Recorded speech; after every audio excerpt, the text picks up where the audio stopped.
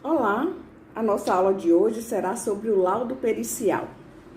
O artigo 473 do Código de Processo Civil informa que o perito deve constar no laudo o objeto da perícia, a metodologia utilizada para responder os quesitos, as questões pertinentes à perícia e a conclusão. Lembrando que essa conclusão não significa julgamento.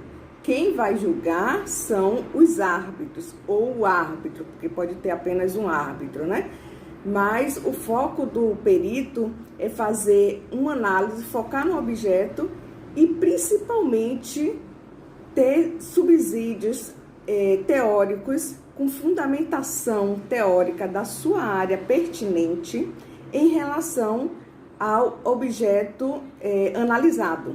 Então, tem que focar na parte técnica, não pode focar no achismo, eu acho isso, eu acho aquilo, não tem espaço para isso. Então, o ponto principal do perito é fazer a relação do nexo causal. Então, eu vou dar um exemplo aqui básico. Eu tive uma amiga que ela tem um filho com deficiência, que não anda, não fala, e esse menino, num determinado dia, engoliu um brinquedo, a cabeça de um boneco. Se esse caso fosse para uma perícia arbitral, o que aconteceria? Teriam algumas perguntas. O perito iria analisar se aquele boneco, aquela cabeça do boneco que ele engoliu,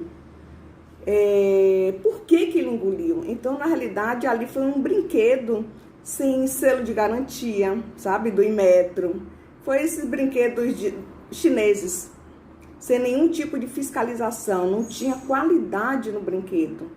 Então, no caso de uma perícia, o perito ia analisar que ali não tinha selo do Inmetro, era um brinquedo sem nenhum tipo de segurança, entende? Então, existe uma diferença muito grande de um brinquedo que você compra muito mais caro, mas com todos os selos de garantia, e aqueles que nós compramos no camelô, que não tem nenhum tipo de segurança, Então, nesse caso daí, não cabe ao perito analisar e julgar, principalmente julgar, que a culpa foi da mãe, que entregou para a criança um brinquedo sem segurança, entende? Nós, peritos, não podemos fazer isso de hipótese alguma ao julgamento. Apenas vamos nos limitar respondendo a pergunta que aquele brinquedo, de fato, não existia nenhum tipo de segurança, não existiam selos de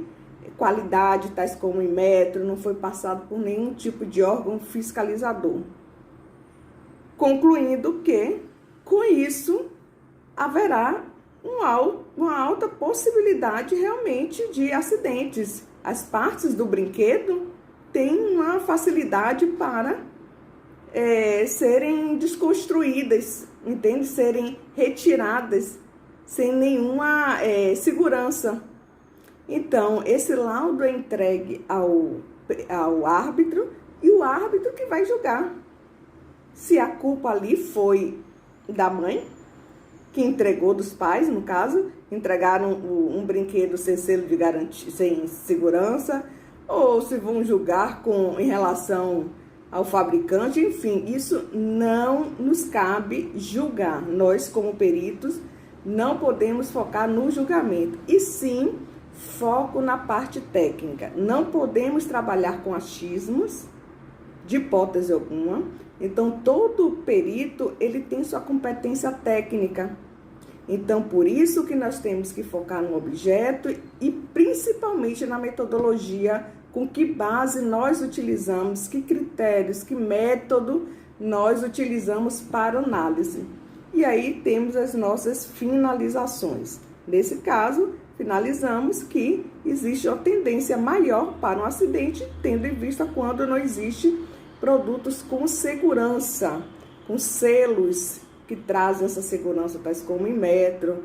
No caso, se fosse algum produto de cosmético, aqueles que não têm o selo da Anvisa são perigosos. Então, nós nos limitamos a isso.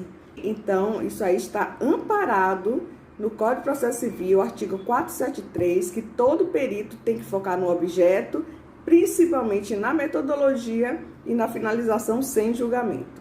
Então, é bom deixar isso claro para que não haja uma mistura de papéis entre peritos e árbitros. Isso é muito comum, às vezes, o perito querer julgar. Ele não pode julgar, nós não podemos julgar. Apenas temos que focar na parte da metodologia para a construção do laudo pericial, ok? Até a próxima aula. Faremos, sim, algumas simulações de laudos periciais nos nossos encontros ao vivo, ok?